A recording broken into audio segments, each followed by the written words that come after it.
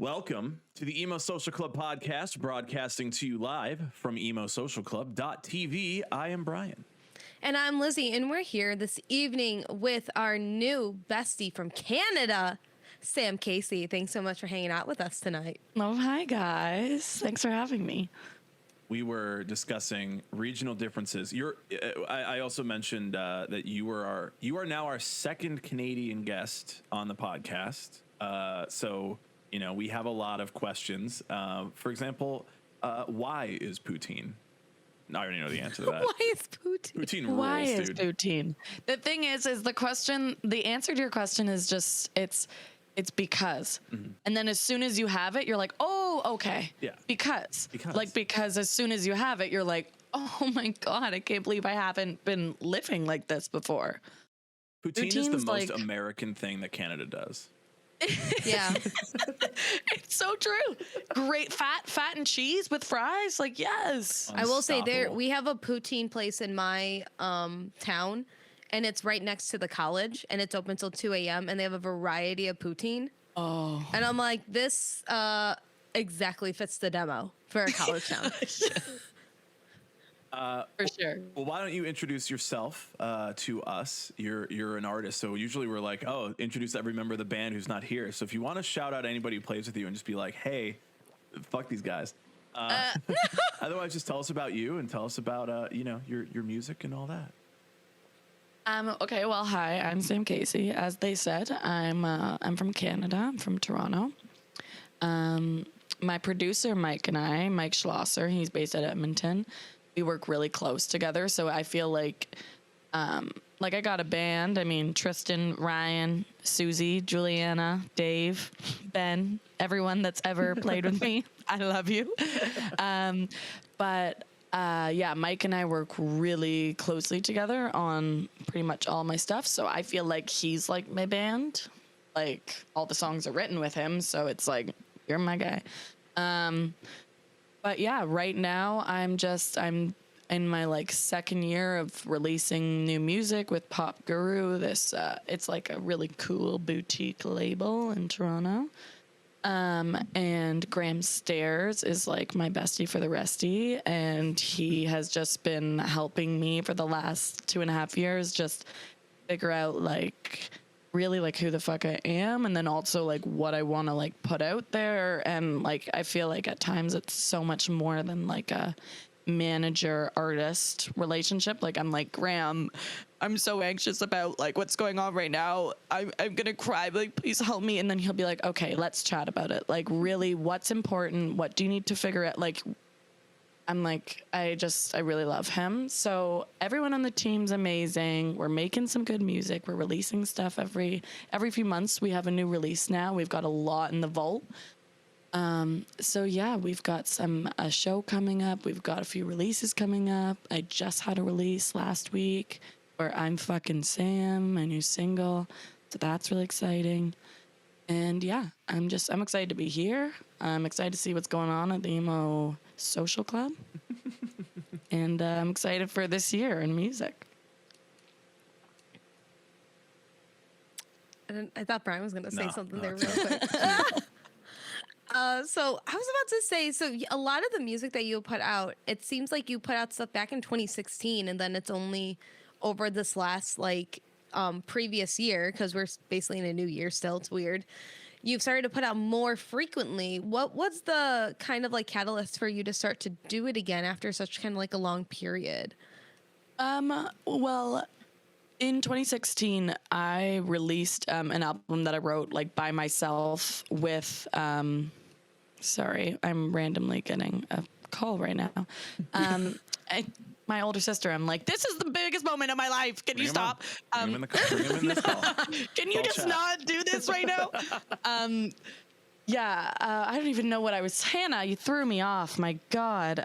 What was I saying? What was I even talking about? What were we talking about? You asked me. The music that you were coming out with in 2016. You wrote it by yourself. So I wrote it by myself at 15, and it was if you think about, I don't know if you've listened to it, but one of the songs is hey, and it's hey, let's go out tonight and I'll shake my thing until we drop. It's very finding myself sexually, trying to talk about like going out with guys, but in a really respectful way because I'm 15 and don't know how to like, I'm not going to the club. So I'm like not saying that I am.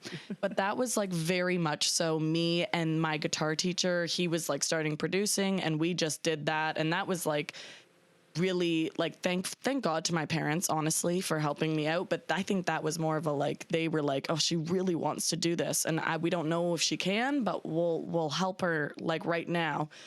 And then after that, I was like, let's do it. And, you know, I was reaching out to a bunch of people. It wasn't really catching on. It was like not really hitting. And so I went to university. But before I went to university, I was playing in some bars and I got basically asked to do a demo at Revolution Recordings by this guy, Kim Cook. And since then, I went to uni and he passed my stuff on to a few people. And Graham, like 3 years later, was like, that girl that you once showed me, I would love it. So then we've been working ever since then. So I think that's like, that was the break was me going to uni and just like being completely not really doing music, just like playing music in my dorm room and releasing like little things that I was making on literally like with my voice recording on my phone, like not good. And then now that I've been with Graham, all this new stuff is all with Pop Guru and the Confidence Emperors. And this is like, I would say really me, the I'm fucking Sam release, and what's coming after that is like, it took me a while to find what I wanted to sound like and what I wanted to say. And now I know what I want to say. And it's like, I'm fucking Sam and I don't care what you think. And Stupid Bitch is coming out soon. And that's pretty self-explanatory. So, I mean, like, there's like, yeah.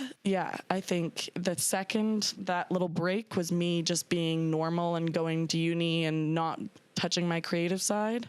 And then I came back and I was like, I'm ready to go full throttle. This is where I feel really old because I am very old. It also just is like, so growing up in the Chicago scene, it was very much like, it's all about who you know, always, of course. Like if you know somebody who can pass your thing along to somebody else, it's super helpful. But I also feel like there was just a certain sense of like, yeah, I'm not going to do that shit for you. Like if it doesn't benefit me, I'm not going to do it. Like no one was doing like music discovery and helping other artists in like an altruistic way. They're just like, nah, like, I don't know you, fuck you. I don't care if your music is good, or if your music is good, I hate you. Don't be so good. Stop being as good as you are. You're better than me. I don't like that.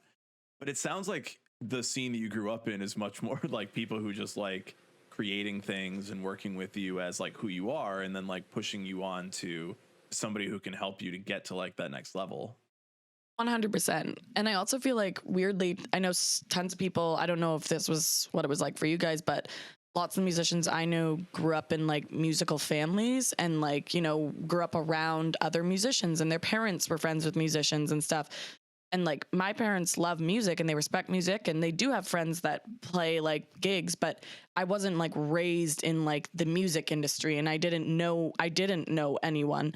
So then it actually, I feel like the older I got and the more I did music, my whole neighborhood, everybody, my whole community was like, let's back this bitch because we don't have anybody else. Like let's go, like full blown Sam Casey, because it's like we don't have someone else kind of in the neighborhood to do that to. So I feel like everyone's supporting, like you were saying, like, yeah, like I'll pass it on to this person and I'll do this. No one was really in the music industry per se. So they're like, I'll pass it to anyone that I know that's in anything. We just want to see someone from this neighborhood, like do something. And like, I grew up with them all. So it's like, they're like, oh, you're like my fourth daughter. And I'm just going to pass this along to my brother or something like that. So the not musical thing actually, I think helped in the end rather than hindered. But I think that was the community thing. It was like our community's so close. So everyone was like, for sure, like we'll just get her in a bar and we'll do whatever. I think that's so interesting. Yeah. That's like interesting and cool because I like the collaborative environment I feel is so hit or miss, at least like here in Chicago, like Chicagoland, because I mean, I don't play in a band or anything. I have no musical skills whatsoever. That's why I just yell at people behind the scenes. But when it's like you have these people and you have these people doing things, it's like usually within your own like music circle, but you have to like establish yourself first. And then like your parents are hopefully there for you and are like, yeah, like I don't know what's going on, but my kid is doing this music thing. But I feel like this is such more of like a like collectivist mindset, which I think is very cool and actually like abnormal in Western cultures more often than not. But I really do appreciate that type of energy because at least out here we don't. And from like a lot of people that I know that I'm friends with in bands, like they didn't grow up in musical families. And the most like adjacent that they get to knowing someone who works within the music industry or in another band or something is only when they start to reach like that level and they start to like self-insert and wedge themselves into that musical scene. Yeah. I think it helps now that I'm like, you know, people are more, I would say, interested in passing my name along that I've now released stuff. But like, I do think, yeah, that what you're saying, there was this like overt, everyone was like, we just want to help in any way we can. And maybe that's I don't know if that's a Canadian thing or if it's just my community or if it's like maybe just a Toronto. I don't know if the music scene in Toronto, that's another kind of bad thing is that because I was so comfortable in my community and like with my, you know, my friends they come to all my music videos and they're so involved in everything with music. Like it really is this collective, like team thing. I never really searched for like friends in the music industry. And I never like went out of my way to like connect with all these people in the music industry because I felt so supported by my community. And that probably has, you know, hindered me from some relationships. But at the end of the day, it was this amazing feeling of like, I don't feel alone, even though I feel alone in like what I'm doing, but I don't feel like I'm unsupported or like if I needed to fall back, there'd be so many people to be like, no, girl, you've got it. Get back up. So yeah, like very different, I'm guessing. But yeah, was my experience. Yeah, there's like that. I'm an old head, so it's like one of the like, you know, punk rock values. And I'm saying this in a sarcastic way because I'm like, no, fuck that shit. But like the paying your dues conversation and like, you know, you're not a part of it, but you have to like be a part of it and like go out there and like struggle. And I think hopefully that's like not something people still believe anymore. They understand that like, you know, just because it was hard for you doesn't mean that it should be hard for everybody. And that like, you don't have to be withholding. So, I mean, I hope that that's the experience you've had because I remember like, yeah, there's just a lot of people who are like, no, I've been doing it for like 10 years and you're just starting. So like, you don't get anything and we're going to hold everything to ourselves. I'm like, dude, you suck. Like you just I can imagine like little Brian, which is like what 21-year-old Brian being like, you suck. like this sucks. I've been 6'1" since like 2009, if not, or before that. So like, yeah, no. Everybody chill. He's been 6'1" since 2009. Guys. Nobody say anything. Yeah, I have. He doesn't receipts. he's not a short king, everyone. Yeah. No, he's not. Check the door frame in my childhood home because I have pencil marks at 6'1" from the years that I was that. Call my mom. Yeah. Call my mom. Yeah. Her number is in the description of the no. no one does Brian's mom. I would be doxing my mom. Everyone meet at the Gex tree in Brian's hometown and you can see how tall he is. I'm as tall as the 100 Gex tree. That's really crazy. That's not true. Yeah, I don't know. I just think that like, you know, being in that environment, like it just kind of ruins the idea of the music industry for you. And it just makes you like, you know, if this is what I have to do in order to like be taken seriously when all I really want to do is just create cool stuff, like you don't want to do it. And I think that's why we have a podcast. I could be a few years away from a podcast myself. I'm not gonna lie. I mean, like, I think I've had a very supportive experience, but 100%, like you're saying, like in the music industry, I think in itself, it's like everyone kind of wants to shut you down before they want to admit that you may be right or that your idea is sick, like their first approach is like, okay, well, wait a second, chickie. You're like 22 and you know fucking nothing. And then they hear the song maybe a bit more produced and they're like, okay, maybe. You know, like it feels like you're not, people aren't, their first thing isn't, oh, this girl's gonna rock my socks off. Their first thing is, she's probably gonna suck. So you have to go above and beyond to just be even like, oh, okay, she's okay. Or he's okay. Like, the music industry's tough.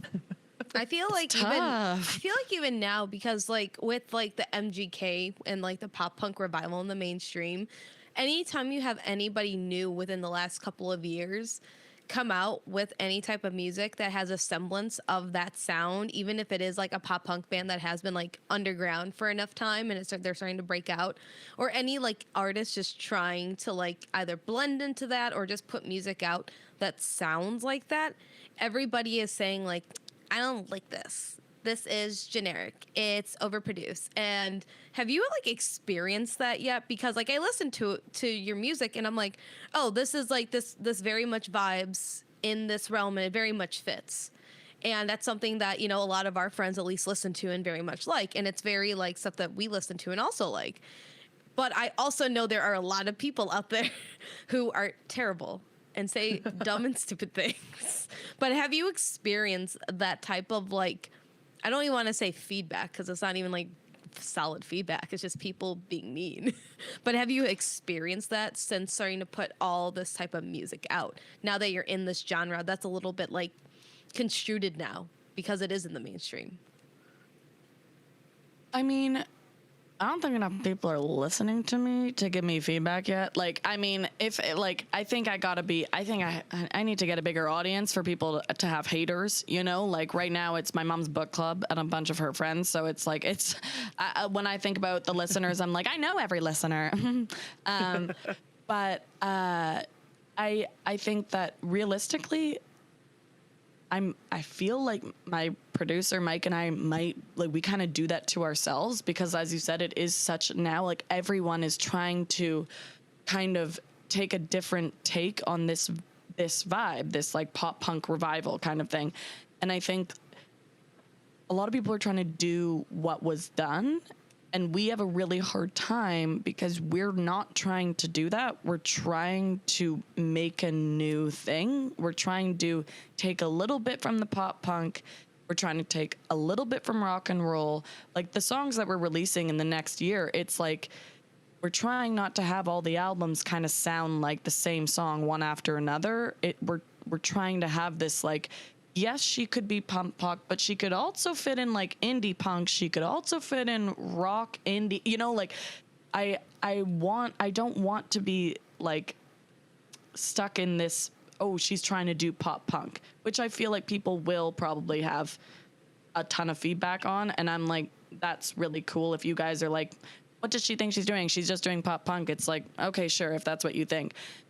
But I think the goal, like the key to right now with this like over like saturated genre of pop punk is to really find what your version of pop punk is. Like, you know, like specifically Sam's pop punk, specifically what I would want to hear in pop punk. That's what I need to be producing and like not think about Blink-182 and just literally just redo it. Like it's like a constant thing in my head that I'm doing. Like, don't be like them and don't keep doing it. And that's already been done, girl. And like, yeah, I think the feedback right now is coming from in my own head and from my producer, but I can guarantee there'll be some yikes once there's a few more listeners. It doesn't take that much to get haters, I've found. Yeah, it just come out with like a spicy take. Start beef with someone. Yeah. We can come up with one on this episode too. We'll just make one. We'll post it. We can start beef with someone. Yeah. This is what we're you gonna guys choose. I don't know anyone.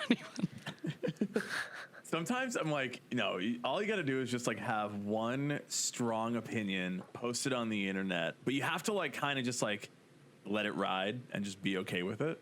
but then all of a sudden everybody's like coming to you and they're like, oh, well, like, you know, I agree or I disagree. And it's like, well, what does this person do? And then all of a sudden they're listening and it's like, all right, we did it.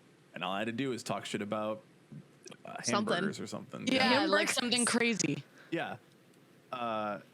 You just find like that most like innocuous idea. Just be like, you know what? I got a strong opinion on, you know, the Star Wars franchise.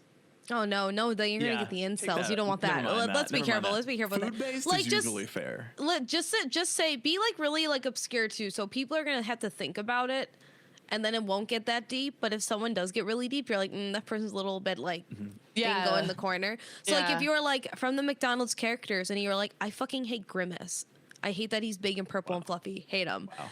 I don't. I am indifferent about Grimace. This is an example. Crazy everyone. Lizzie would say that.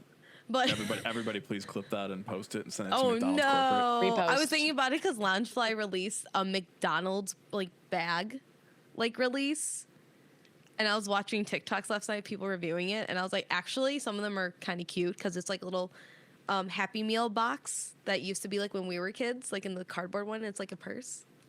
Oh, cute. But anyway, but if you like have something obscure and you're like, I hate Grimace from McDonald's, and you go on like some weird thing of like rants for like a minute about like why you hate Grimace, then people will be like, why do you hate Grimace? Like, what did he do to you? And then, but people get talking.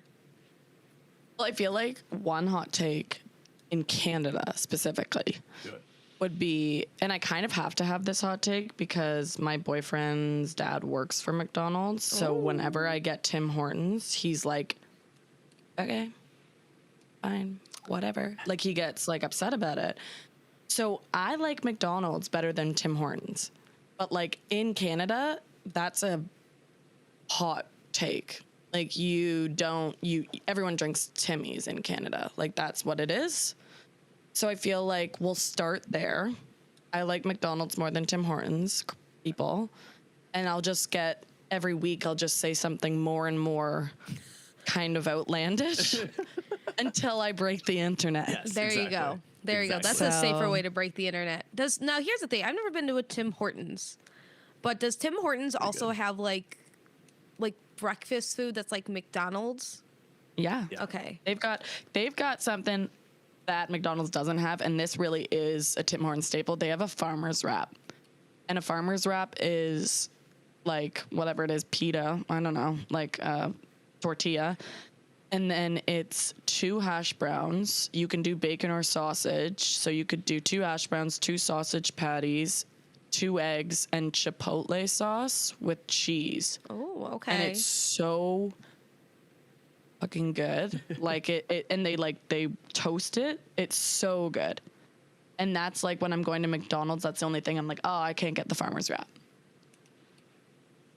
You can always go and get the latte from the McDonald's and then go to Timmy's and just be like, what now? That's very true. I could. But then, yeah, my boyfriend would have an aneurysm because he'd be like, just McDonald's, please. Have you been to a McDonald's in the U.S.? Yeah, it's way worse. Yeah.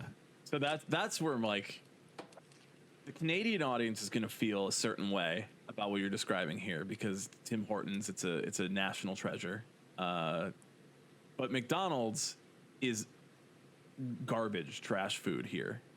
Like, do you guys like not go to McDonald's? Brian refuses to go to McDonald's. I will not eat it.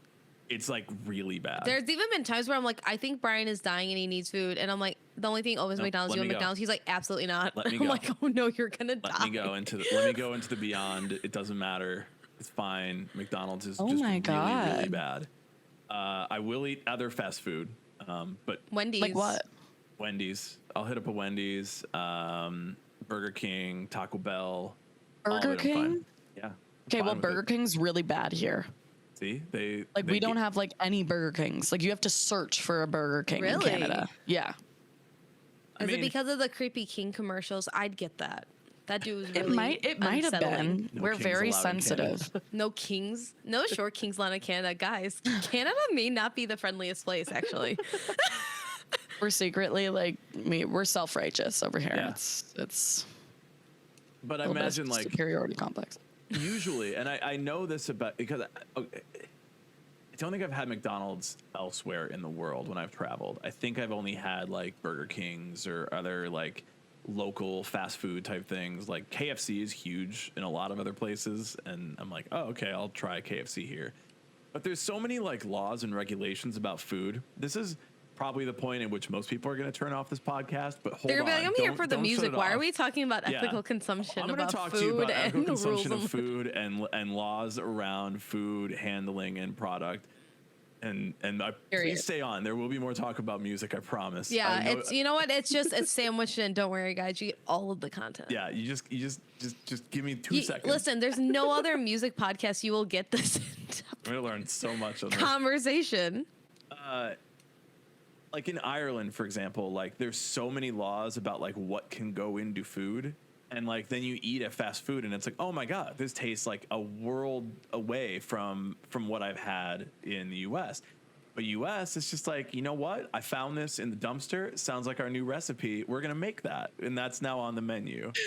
No, it's I didn't want to say anything, but the burger meat, if you have a burger, a McDonald's burger in Canada, like they're not great patties, but they're like, it's like a patty. When you go to McDonald's, like I couldn't believe in America, like the patty wasn't beef. Yeah. Like it wasn't a It's patty. fake. We I just was like, found that. this is Yeah, they just put found it that in the on the back of the burger. freezer. They said, Yeah. "Looks decent. Let's go." It's like they just like, it's like if you ever made like Play-Doh food as a kid. It's like they just said, let's make a restaurant chain of that for some reason. no. It's So just true. really bad. And like, I'm not here to say that like, oh, I think Burger King is like objectively better. They make better patties. They put better things in there. But like McDonald's straight up has food scientists who are like, how can I make the smell and the experience of being around a McDonald's like this?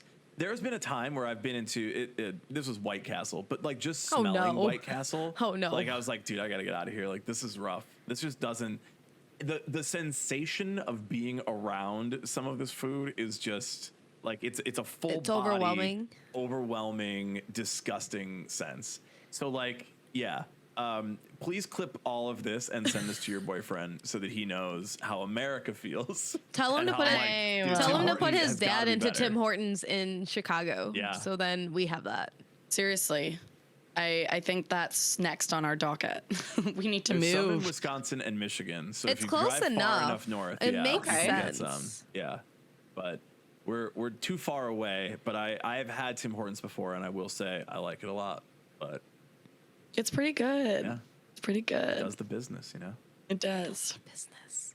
Thank you, all the listeners who have stayed around for food law. For thank food you. law? I'm so sorry. I That's on didn't me. know it was going to go there. No. Honestly, that's just on me. Listen, And I no, accept all of it's the hate okay. mail. Listen, McDonald's headquarters is based in Chicago. They should know better. The Guys, we're speaking directly to you now. yeah, the together. original McDonald's from my hometown. Yep. Like that photo with all the cars out front and it's just like the little sandwich shop. Yep. I love that. Yep, that's where I grew up. Fuck 'em. And they took away the rock and roll It's called what? McDonald's. No, I'm just saying, fuck 'em. It's from my hometown. It's still like I thought you meant it's from my hometown. Fuck 'em. yeah. Fuck And 'em. I was like, fuck 'em where? Fuck That's 'em what- Minnesota. Fuck 'em Fuck 'em. Illinois. Oh, it's fuck 'em Illinois. Okay. Downstate, fuck 'em, Illinois. No, stop. No, Des Plaines, Illinois is the town. It's Got still it. a museum now, so it's there. That's pretty cool. And there's a McDonald's My mom across would the go to street that. from it. It's legally there has to be probably. Yeah, but they stopped like serving there, so it's like just locked, and it just Oh, still exists as a That's landmark. lame. Yeah. I mean, Guys, why don't we loiter? What it's like, guys, what if we kissed at the abandoned kissed in the McDonald's McDonald's across from the McDonald's museum? Underneath the Gex tree. What if we loitered? I like that was your first. What if we loitered? I was talking with friends recently, and I don't know why we've been using the word loiter a lot lately, and I'm like, that's so weird. But yeah, let's loiter. It's signs tell nice, me I not like to do it. I want to do it now. We need Well- evidence next time you do it. Well, let's talk about music. So you have a song that just came out of fucking Sam. Yes. Which we know. I got the sense I know what it's about.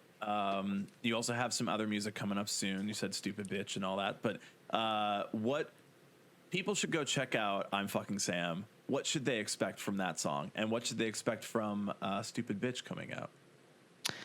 Well, I feel like I'm Fucking Sam. It's kind of like I tried to do a like zero fucks given kind of song. Like it's kind of being like, no matter what I do, you're all like, everyone's gonna have an opinion. So fuck it. I am this exact person and I just can't do anything about it. Like I am me, so there's nothing I can do. So just either love it or fucking hit the road. I feel like that really sums up I'm Fucking Sam. And Stupid Bitch that's coming out is a bit more, I honestly wrote it, I feel bad now, but I wrote it about my friend. And I've told her, so it's all good. But for a while, I was like, girl, you stupid bitch, you just keep going back.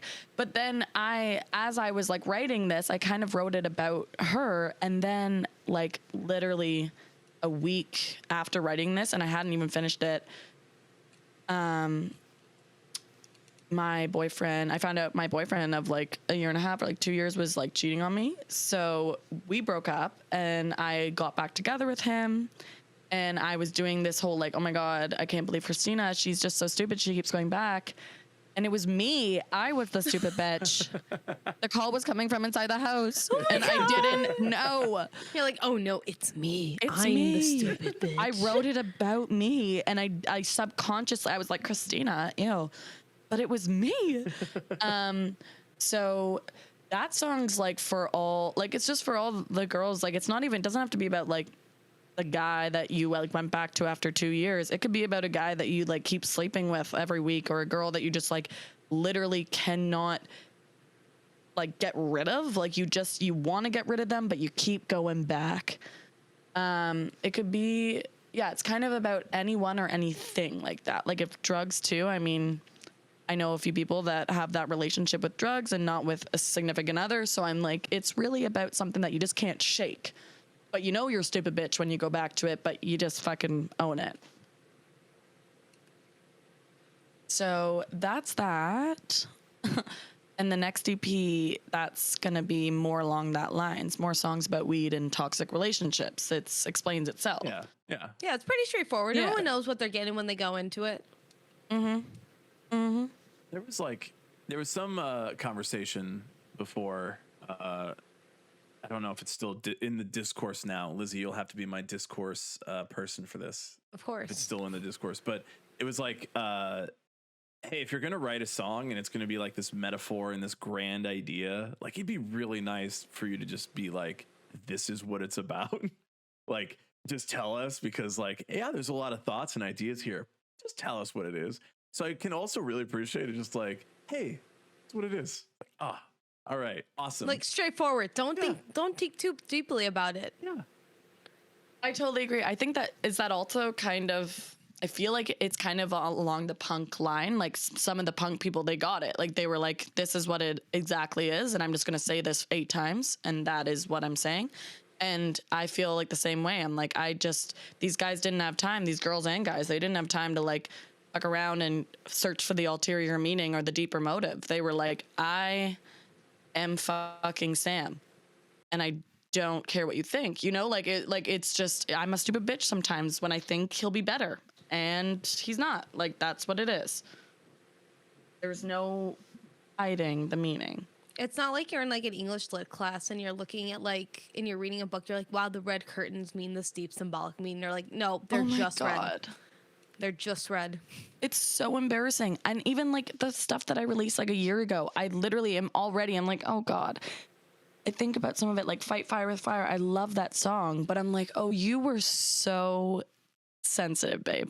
Like you were so philosophical. You were like, you fight fire with fire. Like everything. It was just, it's very like, yeah, it makes you kind of like, oh, she is in an English lit class, when really it's like, you could have just been like, you're an asshole when you're an asshole. Yeah. Like, you know, like when I'm mad, you make me more mad.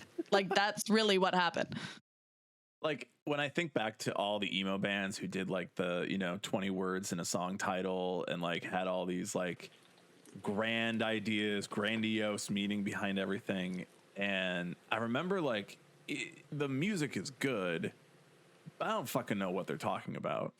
And like, Well, you don't even know what they're saying sometimes. I don't know what they're saying. I don't know what they're talking about. And it is that sort of like, I wrote this down in my journal and now I'm singing it type thing. And it's very like what I've noticed is like you write a lyric and it means something to you and then you just say it, but you don't really like have that audience of the other person in there ever. It's kind of just like, no, this is just it and I get it. Why do you have to get it? And it's like, well, because the music you're writing is not for just you, it's for other people. That's why you're performing it. That's why you're creating it. Maybe give them a little something. Maybe give them a little, just dabble some actual meaning on top of that for another human being. 100%. And you can also like, I'm like, you can, we do a lot of like word play. Like you just, it doesn't mean your music has to sound dumb or straightforward or like you're spoon feeding something to someone. You can just find a way to be clever in other parts of your songwriting. Like while being straightforward about what the point of the song is, you can use certain like double meanings for words or stuff like that to be clever in the music. It doesn't take away the like intellectual property of the actual writer or the music like at all. I feel like it's really cool if you can be smart and write well when you're not being emotional and using these metaphors and like symbols and stuff like that. I think it's just like, it depends on your audience. Alice is in the chat disagreeing, and I'm not going to take any disagreements from the chat. And I mean, there's certain music and there's certain styles and there's certain genres where it fits more, but I have found that like over time, the music that has stuck with me more is the music that just is kind of more relatable on its face. One of the bands that comes to mind is Chiodos, where I'm like, I have no idea what you're talking about. I get it. You liked reading books and you thought it was really cool to say some of these big words, but once you tried to get I don't know Craig Owens very well, but once he tried to get a little bit more like philosophical, but like more straightforward, I understood it so much less because that just clearly wasn't his writing style. And I'm like, yeah, but now I don't know what you're talking about then, and I don't know what you're talking about now, but somehow your lyrics have gotten worse and I understand so much less. And I can't relate to it. I don't feel anything of it. Like the music is there, the breakdowns are there, but like I'm not feeling more about like what you're saying to me and how you're speaking it to me. I don't know this guy. That's fine. Who is Again, he? I'm 100 years old. Chiodos I was wanna like know. this, like, how do I explain Craig Owens? So for the listener at home, my old band worked with Craig Owens on an EP. He was the singer of Chiodos, and then kicked out of Chiodos, and then went back to Chiodos. Real, stupid bitch energy. Yeah. And like, I think he partially is starting to own up to his stupid bitchness, though, from what it sounds like. yeah, I mean, he's a nice enough guy.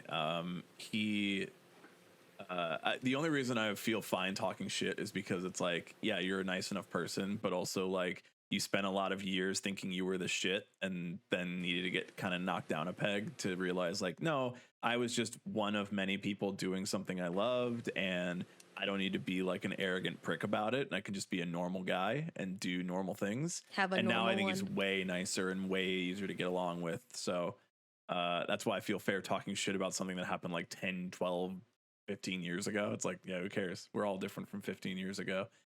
But it really, it's more just about like that lyrical sense and like how music like affects you as a listener and how you can like relate to it. And like most of the music that stands the test of time is the ones where you can like kind of feel yourself in it and like relate to it, and then you become more interested in the artist because now you're like, our stories we're just on the same train track, we're living the same life, we're going to the same place. Like I feel it because it means something to me in that way. I just like, I hope to God that one day some little girl's in her room, like the way I was in my room listening to like Taylor Swift being like, she knows me. Like, she somehow met my mom, and my mom told her all about me because she's writing songs about my life. Like, I really thought, and I had, you know, every young kid has the like, well, once I meet them, I just need to meet them and then they'll love me, you know? And I'm like, I just hope at one point my music is some girls like, I just hope she'll love me. And I just hope they know I love you already. You know, it's like, I hope there's a girl sitting in there that's listening to the music and it's like, right, I love myself. I love this bitch. I love it all. And then I'm like, bitch, I love you. Alice is going to call this parasocialist. Parasocial relationships. But I mean, Yeah. I feel like that's like normal though, especially if you have, if you want to have like that younger fan base too, or just someone who's like in the same age range and they're like looking for like similarities to just like look at and be like, yeah, this person like gets me and I feel like no one else does, but this happens. And that's like kind of like a good like solace feeling if you're ever in like a really dark place and you're like, yeah, I don't know this person. I may never meet this person, but this gets me right now and that's what's gonna like get me through it. Yeah, like going through a breakup, like I've listened, like, you know, Phoebe Bridgers, like I feel I like it's like it's like soul soothing, and I don't know if that will happen, but I hope that's like, I loved that so much about music. Like, you just, when someone's being honest and raw, like you're saying, when they're really like themselves and you can feel yourself in the song, it like medication. It's like so helpful, and that's, I just want to be that for somebody eventually. It's positive parasocialism. Positive ways of like, yeah, like, do you have, you mentioned Phoebe Bridgers and Taylor Swift, but do you have like that artist that like, you're like, when I was a kid and when that person did that thing to me, it's like, this is where I went, and like that will always be that like record or song or artist or something? Like, is there somebody like that for you? I think like Miley Cyrus, like I like there's a ton of people, but I think Miley mainly though, because I grew up like with her. Like I grew up with Hannah Montana, and when I was 10, I was a huge fan of Hannah Montana. And as my music grew, she started doing backyard sessions and recording Jolene and all that Bob Dylan tune and all that stuff. That's when I started to get into kind of indie music, and I loved those. Then she went bangers, and I was in high school and I was like full throttle, like, yeah, I'm rebelling from my parents. And then she, you know, did Malibu. Like, she just, her journey, I've just been like, I am with you, girl. Like, and so I would have to say Miley solely because I grew up like with her, and not solely. I think she's an amazing artist and a really great songwriter. But I mean, I think a lot of it is the journey. The climb. Yeah. The climb. Stop. Where Miley stands. Look. Yeah. Now here's the thing. Now, so Flowers came out and everyone's like, yes, this is a banger. But there's been, and I also believe in this too, is like, where was that love for Plastic Hearts? Because that album went so under-recognized when it came out. Okay, wait, when it came out, but like in our sphere over here, huge. Really? Plastic Hearts? Here I feel like it hardly hit as much. Really? We don't have as many Miley stands in our lives as we should. Yeah, I mean, we saw them at Lollapalooza, but I don't personally know many Miley stands. So good. Oh no, when that album came out, I think though maybe the Canadian music scene. You know the Beaches? I don't know. That sounds familiar. They're a rock band from Canada, and I love them. But like they're really big in Toronto, and like they came from Toronto, and then they became really big in Toronto. And maybe there's like a bigger rock scene in Toronto. I don't know. But when that Miley fucking album hit, that was like, also I was like, oh, I can do punk rock. Like that was like, that Plastic Hearts for me, I was like, holy fuck, she's done everything. She's done country. She's done pop. She's now doing like fucking Joan Jett. Like she's like, I can't believe this. Like she's so versatile. And actually, I'm sorry that Plastic Hearts did not hit for you or like near you as much as it should, because that album fucks. Yeah, when she played someone, we saw her Lollapalooza, and like at least from like where I was, because I lost Brian and he was gone. He was gone. I had to go. He had to go. He was gone. I was texting him like, "Where are you at?" He's like, "I don't know. I had another carafe of wine." I'm like, "He's dead. That's it. He's dead." But where I was, I only had like, one she, drink. It was a bottle of wine. It's one drink. he's dead. And I got my second one, and I was like, cool. He's See you dead. later. But He's like dead. around where I was, like, except for like a few people that I was with, like nobody was like popping off to any of those songs that like she played off of it, and I'm like, that's embarrassing for you. I would also feel that way. Like I'd be like, ew, like what a bad crowd. I'm like, ew, she's here in this custom Gucci jumpsuit, and you don't like this. She was in a Embarrassed. custom Gucci jumpsuit. I literally saw it, and I'm like, I would only ever want to get so famous that I can also have that same exact custom Gucci jumpsuit, because oh my god, Yeah. She's like, I just I don't know. I have a serious crush on her. But yeah, she's amazing. I'm so jealous. I saw her Bangers album tour. Pretty good. I saw her, that was, not gonna lie, like Bangers was an amazing. I love Bangers, and I love Plastic Hearts, and I love Flowers. I love all of her shit. Like I love Malibu. I'm like the fact she did Plastic Hearts doesn't make Bangers less of a favorite to me. Like everything Miley's done, I'm like, yeah.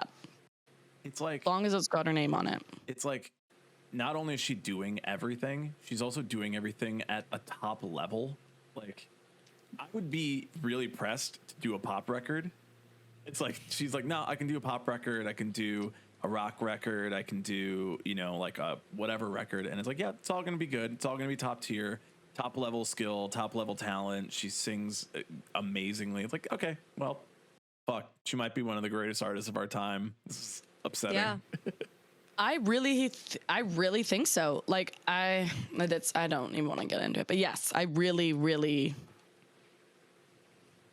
I'm having a really big girl crush moment right now. I just love her so much, and she's. Mm-hmm. I feel like she's one of the, like, again, like she came from Disney Channel fame, but she has been one of the few like Disney Channel stars who like kind of made it out like okay by comparison, and has also been like still a stronghold household name. Mm-hmm. Because you can say Yes. Miley Cyrus to anybody, and like Brian didn't watch Hannah Montana. It was after his time, but like you could say it to anyone who was like Brian's age or like older, and they're like, oh yeah, like I'm aware of Hannah Yes. Montana. I'm aware of Miley Cyrus, and she can still book like these big arena and like huge shows too, and be a headliner, even when Yep. people are like, well, she hasn't done anything in years. I'm like, I don't. First of all, that's a lie. But if she like released an album, and like for that whole album cycle, if she like toured maybe like, for that first year, took a year off and then toured and was basically still kind of on that same album, people would be like, yes, headliner, let's Yeah. go. No questions Yeah. asked. Yeah. This Yeah, is she's sick. our last podcast, and this one, I will say this, we're now just we're heavy on the Miley Cyrus train, and in our last one we were heavy into Nickelback, and I feel like Emo Social Club is just like, no, actually we fucking love Miley Cyrus and we fucking love Nickelback, and they're Well, and Hooba unstoppable stank. forces in nature. Let them live, let them cook, let them do their business. Let 'em because cook, we no. we're a couple kids out here just liking music and liking bands, and they're doing a great job. So shut the fuck up about Nickelback and shut the fuck up about Miley Cyrus. Yes. A yes for half, but also I respect Nickelback. As a Canadian, you might have. I was about to different say, feelings as on Nickelback. as a country hero, Nickelback. I mean, like my friends from Scotland like love Nickelback. Like they go to every Nickelback concert. They travel to see Nickelback. He got on a Nickelback the stage one night, and he got to sing part of one of the songs, and he was Oh my like, God. no, he was like, it was the best night of his life. Like, but I don't think of like, Nickelback's kind of, I feel, shouldn't say it. They're a little bit of like, I feel like they're made to be kind of a joke in Canada. Mm-hmm. Like it's like if like when you It's a say, meme. oh, Nickelback, yeah, it is. It's like a bit of a, but then we all listen to Rockstar, so Yeah, we all rip Rockstar. yeah, like people will have that take and that meme about it, and that's fine, But I think that, like, over time, in many ways, like when you have the benefit of hindsight to look at an artist and go like, okay, yeah, we made fun of him. Like, sure, some of the lyrics of Photograph are a little ridiculous and like we can make a meme out of it. But then you realize like it's just fun. Like, I don't need to put like a lot of thought into listening to Nickelback, and that's awesome. You know, like give it just a little bit, give a little bit of time, and then put it on at a party, and everybody knows all the words, and you're just like vibing out. Perfect. Don't think that deep about Nickelback. Yeah, it's fine. They're just Chad Kroeger is just there, being himself. He doesn't care if you listen, to be quite honest. No, Chad Kroeger is like a millionaire. He doesn't give a shit about you. He used to be married to Avril Lavigne, all right? Yeah. Like, listen, he's good. He doesn't have any other problems that we really should be concerned about. God. He doesn't need you guys. Like, imagine being married to Avril Lavigne. Dude, the fact that like Mod's son is engaged to Avril Lavigne. I know. I saw that and I was like, yo, what? Hello? My girl. I'm gonna talk shit about a bunch of artists that I want to have on this podcast, but whatever. There's just nothing going on behind those eyes of Avril Lavigne. There's just nothing there. Just dead behind the eyes. And like, I think that's why people thought she was a clone. But no, there's just nothing going on. I mean, I still Music think she could slaps. be a clone though. Music slaps. She could. We don't know for sure. It could be replaced. Yeah. As a replicant. But she really, I'm not gonna like, yeah, I get what you're saying, but I think that was wasn't that the thing that we all loved? Like when I was younger, I thought her like, I literally don't care. That was what like, I acted like that. Yeah. Like I was like, I'm Avril now. Like that's like, I love that. Like, I just don't understand what's going on. Vibe that she had. Yeah. I mean, like Best Damn Thing came out when I was in middle school and I listened to it until like, straight through high school till now, and it was very formative for me. I was like, yes, this is what I want. This is what I need to be hearing. I was like, yes. I was like, she's talking about limoncello. I don't know what that means, but yes. I was like 12 in my grandma's car. I'm like, yes. Limoncello forever. I was like, I don't think I've even had that now as an adult. I'm not gonna lie. It's gross. It makes me. Now I'm questioning Avril's taste. It's so sweet. It's so sweet. Yeah. And, well, hopefully strong if you're drinking it right. It's strong, but sweet. But, yeah. I mean, she's drinking it again and again and again. She said so in a song, so. Rip her. She doesn't lie. Anyway, that's the most I will ever disgrace Avril Lavigne because I am a fan, love all the music. Just like, man, it was really just that one like time that it came out that like she was doing meet and greets, but then was like standing like a full 4 feet away from the person that she was taking the photo with. And I was like, that's just weird though. Like, that's just weird. There's a lot of people that are more popular than you that are like right up in there, like hugging and like, it just seems very strange that you're like, so like, I have to stand over here. Don't get too close. I'm like, there's something weird going on. But I think about that, but then I'm like, imagine if she has like severe OCD or something and she's just never come out about it. And she's like now when I see things like this, like I see people acting weird, I like right away go to like, oh, this must be like, cause I have like severe like anxiety and stuff like that. And I will like, I'm so lovey and stuff sometimes. And then sometimes when I'm in a bad place, it's like, you don't know me. They're like, oh my God, who was that? And it was me. And I like ripped someone's asshole apart. So I just feel like, I imagine like if you're like, oh, okay, now I have to meet and greet for 5 hours and I have OCD and I hate this. Well, it's like, I think it's Howie Mandel, whoever hosts a Deal or No Deal. I'm pretty sure that's him. He's like a huge, like severe germaphobe. So that's what I were to think of it, almost like same, because every time like he would do like meet and greets too, but after he like every single person he like met, he'd have to like immediately like hand sanitize and disinfect. That man probably had the scaliest, driest hands. He probably had disgusting. Oh God! Ugh, imagine having like sandpaper hands and you're just like, "Hello, Howie Mandel." No. Hello, Howie. Yeah, and I'm like, just don't do meet and greets. Like, I don't think artists should do meet and greets generally. I think it's just like, let's just hang out for the show, see the music, sing along, have a vibe to that. And then like, maybe if an artist is like, you know what, I'm going to go hang out by merch and like, I'll meet some people over at the merch booth. Cause that's just a very nice, like little stop. No one has to pay to be there, just come and hang out. But I don't know. I have a very weird sense of like what a meet and greet is. And I know there's like a lot of conversation about that with now. Lizzie, there's too much discourse. We need to stop discourse. I found out, so like for Fall Out Boy's current arena tour, there's like three different levels of VIP, and I read all of them, and I'm like, I think these all are the same exact thing, because there's like no distinguishing traits in it that much, other than like, oh, you get like a VIP host for this one. Oh, this one you don't get the VIP host. I'm like, okay. Yeah. I have no idea how much they are, but one of the biggest things was there was actually no meet and greet with the band for any of these levels. So I don't know how much they actually are if there is no like actual meet and greet. But I was on Twitter yesterday night and earlier today, and someone tweeted out something ominous, of course. And they were like, oh, we can all thank that one girl in 2018 for messing up Fall Out Boy not doing meet and greets anymore. And I was like, what happened? And everyone's like, hey, can you tell me more? I've never heard about this. And they were like, oh, I'll only DM you to tell you. And I was like, what? That's literally like someone being like, did you hear about what happened last night? Oh shit, wait, I can't tell you. And then walking away. Like, wait, excuse me?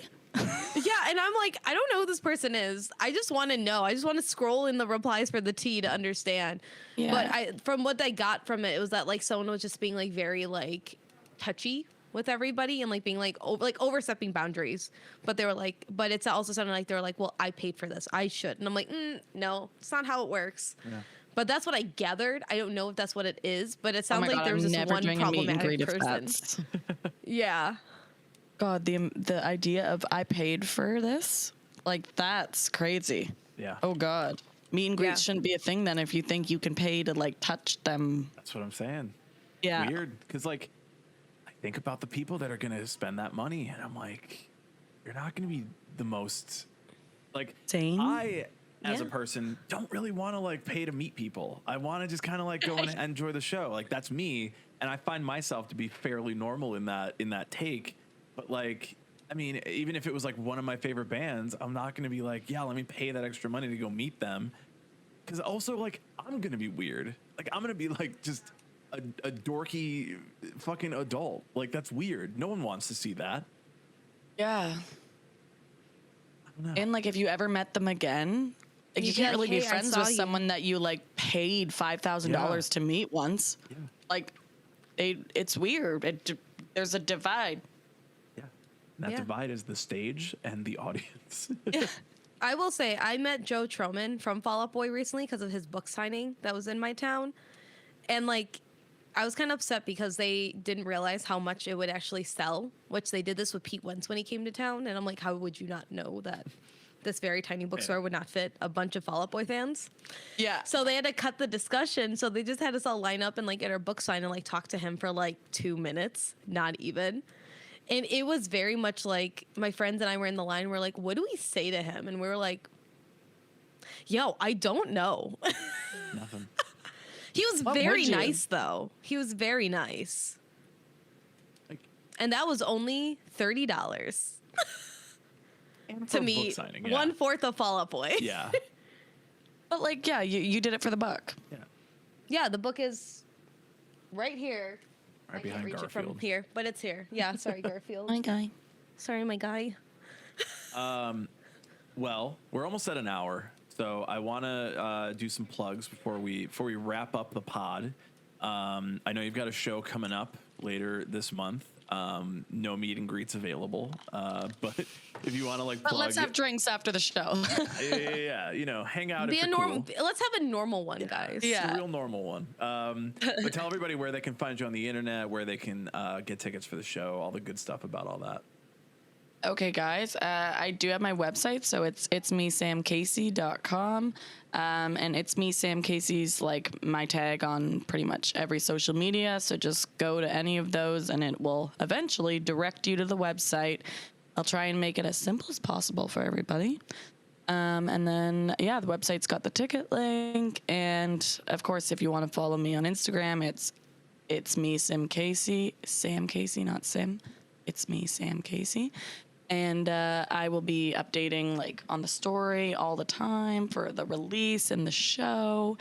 And yeah, if you want to come out, have drinks with me and my mom after. It's gonna be so fun. Rivoli, Toronto, February 28th. At the Rivoli, thank you. It's the February 25th at the Rivoli, 8 to 10. Yeah. 25th. Perfect.